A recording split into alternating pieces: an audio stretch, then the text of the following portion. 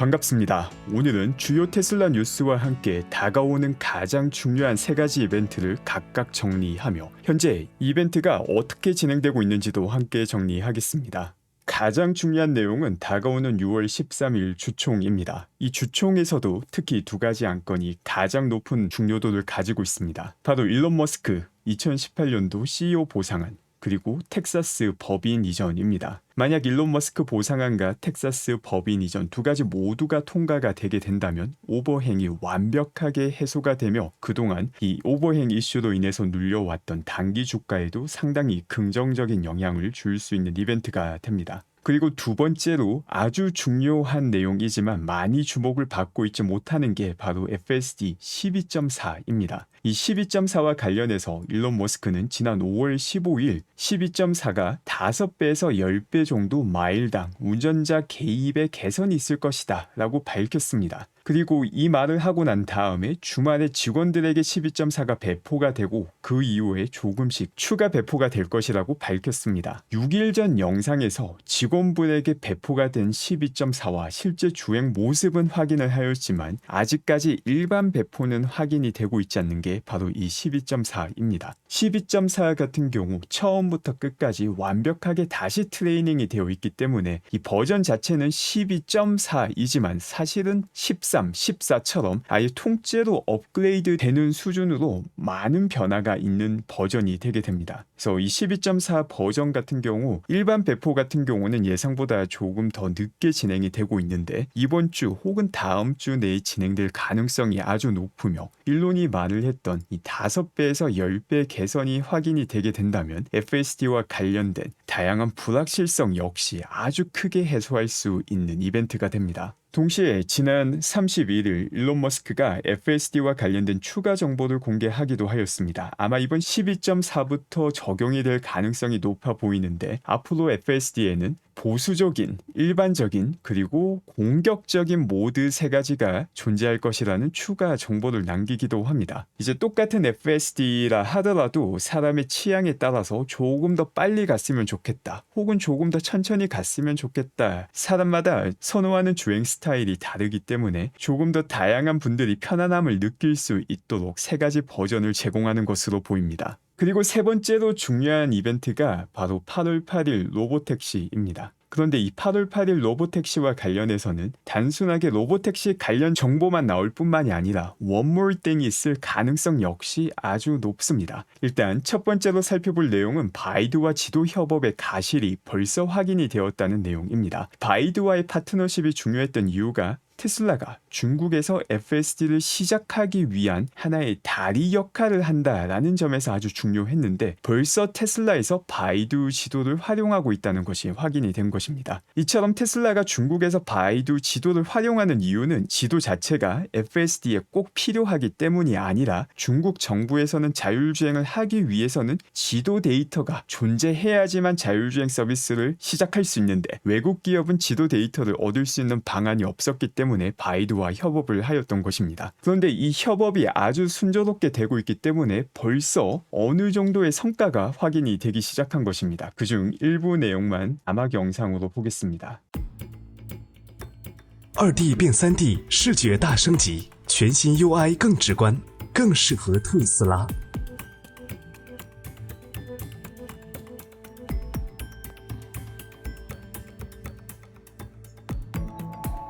等灯不焦虑，红绿灯倒计时，图标更醒目，全国100万路口上线。 바이두 지도를 활용하여서 과속 알림, 버스 차선 알림 등 추가 기능이 확인되기도 하였으며 3D 맵을 활용하는 과정을 보게 되면 화면에 탭만 하게 되면은 이전에는 2D이던 지도가 바이두 맵을 활용해서 높이를 표시해주는 3D 맵으로 바뀌는 것을 확인할 수 있습니다. 이 과정에서 눌려주는 게 바로 이 3D 버튼 하나이죠. 이와 함께 또 다른 흥미로운 소식이 있습니다. 테슬라 차량이 과거 중국 정부 청사 내에서 주차하는 게 금지가 되었었는데 이제는 그 조치마저 해제가 되었다는 것을 확인할 수 있는 내용입니다. 이와 같은 내용이 알려주는 것은 중국에서 로보택시를 처음으로 시작할 수 있을 가능성을 계속해서 높여주는 내용입니다. 또 여기에 더해서 지난 1분기 어닝콜 내용을 보면 일론 머스크가 했던 발언 중에 아주 재미난 부분이 있습니다. 신규 모델 출시와 관련된 부분인데 이 표현을 보게 되면 신규 모델들이 출시될 것이라고 복수형을 사용하고 있습니다. 또 이 모델 출시와 관련된 시기에 대해서도 언급하고 있는데 올해 말이 아니라면은 2025년 초에 출시가 될 것이라고 밝히고 있으며 이렇게 새롭게 출시되는 모델들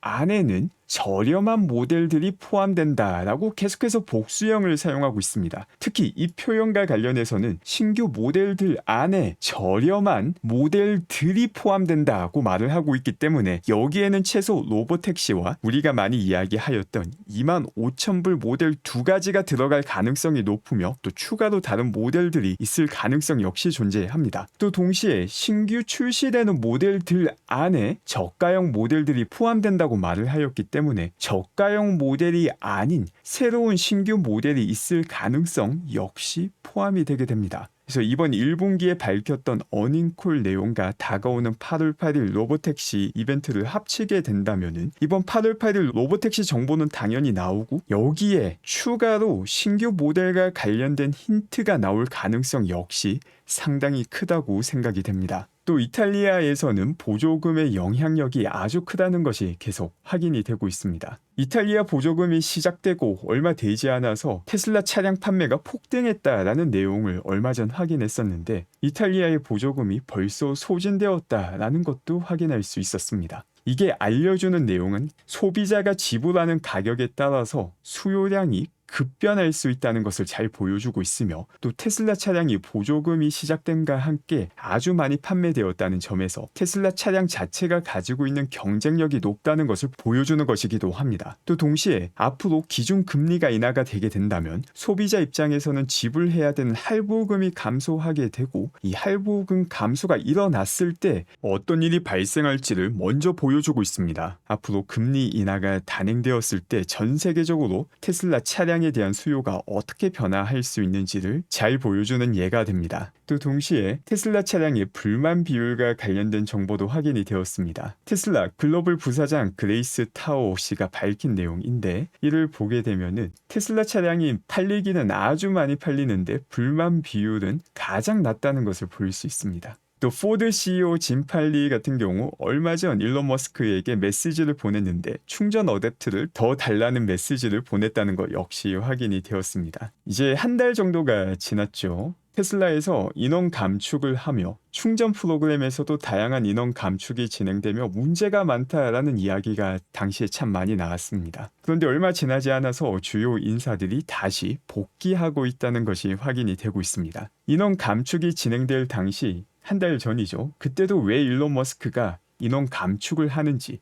일론 머스크가 가지고 있는 5단계 성공 공식과 철학에 근거해서 이야기를 나누기도 했습니다. 그리고 이때 했던 이야기가 항상 충분히 줄이고 난 다음에 본질만 남기고 그 다음에 다시 부족한 걸 채우는 과정을 반복하는 게 일론이 다양한 분야에서 성공을 이룬 철학이었고 이번 역시 똑같은 철학이 적용된다라는 내용을 다루었습니다. 이때 말했던 일론 머스크의 철학이 그대로 적용되고 있음을 주요 인사들의 복귀를 통해서 확인할 수 있고 또 당시만 하더라도 테슬라에서 인원을 해고한다고 하니까 큰 문제가 있는 것처럼 언론에서는 이야기를 했지만 사실 그게 아니라 일론이 지금까지 스페이스X, 테슬라, 뉴럴링크, 스타링크 등을 통해서 계속된 성공으로 증명하였던 본인의 철학을 계속 밀고 나가고 있다는 것을 확인할 수 있는 것이기도 합니다. 언론에서는 상당히 큰 노이즈를 만들었지만 일론의 성공을 통해서 증명된 철학을 그대로 밀어붙이고 있다는 것을 보여주는 것이 됩니다. 리튬 정제소와 관련해서도 상당한 진전이 확인되었습니다. 아래 사진을 보게 되면 원자재 처리 시설 같은 경우 현재 60% 정도가 완성이 되었고 리튬 정제소도 미래 완공이 되게 된다면 연간 50GWh의 리튬을 생산할 수 있게 됩니다. 이 사진을 통해서 리튬 정제소가 상당히 많은 성과를 내었음을 확인할 수 있습니다. 이 리튬 정제소 같은 경우도 현재 리튬 가격이 많이 줄어들었지만 또 미국에서는 중국에서 수입하는 전기차 관련 부품과 부분에 대해서 관세를 매기고 있기 때문에 또 리튬 가격이 과거 급등하였던 것처럼 만약의 사태를 대비하는 하나의 카드로서 테슬라의 큰 역할을 할 수 있게 됩니다. 또 얼마 전 중국에서 가속 페달 사용이 불가능하게 되었다라는 소식이 나오기도 하였습니다. 이를 통해서 테슬라의 싱글 페달 역시 중국에서는 이번에는 2026년부터 활용할 수 없다라는 뉴스가 많이 나왔는데 여기에 대해서 공식 테슬라 차이나에서 중국 정부가 이를 공식적으로 발표한 것이 아니며 시행되지 않은 내용이라는 발표를 하였습니다. 아직 2026년이 되지 않았기 때문에 그 이전에 관련 내용이 충분히 바뀔 수 있다라는 것을 강조한 안내로 보입니다. 또 기가 베를린에서는 5일간 공장 가동이 중단되게 됩니다. 이번 공장 가동 중단 같은 경우 생산 최적화를 위해서 진행이 되며 기가 프레스 같은 경우 가동 중단의 영향을 받지 않고 기가 프레스는 계속해서 생산을 하게 됩니다.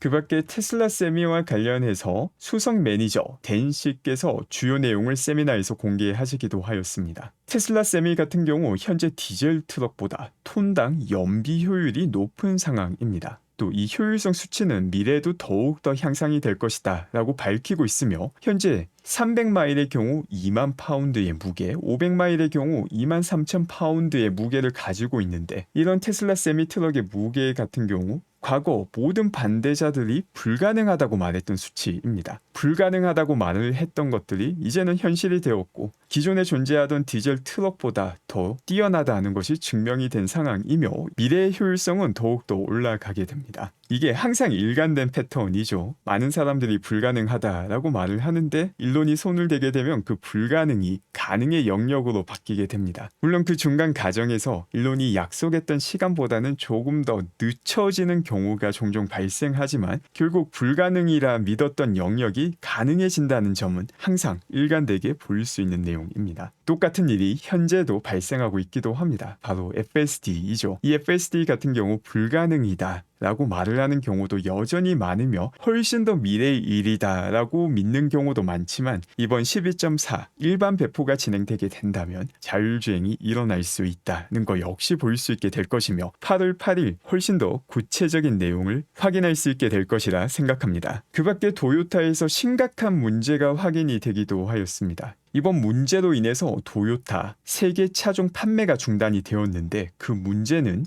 안전 데이터를 위조하거나 조작한 것이 확인이 된 것입니다.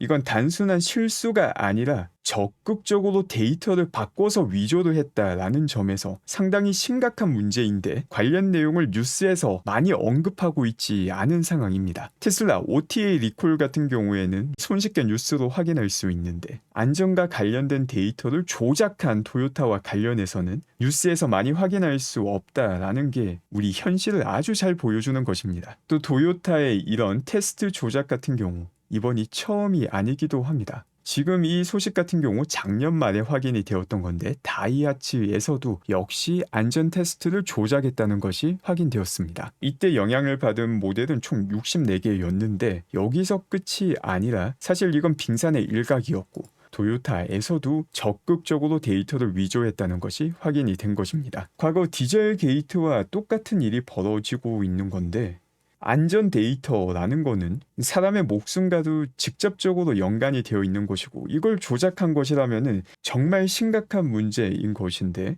왜 이런 문제가 언론에 큰 관심을 받지 못하고 작년 12월 말 확인되었던 이 다이하츠의 안전 테스트 조작처럼 얼렁뚱땅 넘어가는지 많이 안타깝고 충격적인 현실입니다. 이 미디어의 가치가 무엇인지 다시 한번 잘 생각해 봐야 되는 이벤트입니다. 그 밖에 스타링크와 관련해서는 또 지속적인 개선이 확인이 되고 있으며 내부 평균 지연 시간 신기록으로 28ms를 달성하게 되었습니다. 또 스타쉽 같은 경우도 이번 목요일에 완전체 발사가 진행될 가능성이 아주 높으며 FAA에서도 이번 발사를 위한 라이센스 발급 준비가 되었다고 확인이 되었습니다. 오늘 제가 준비한 내용은 여기까지이며 오늘도 즐거운 하루 되시기 바랍니다. 감사합니다.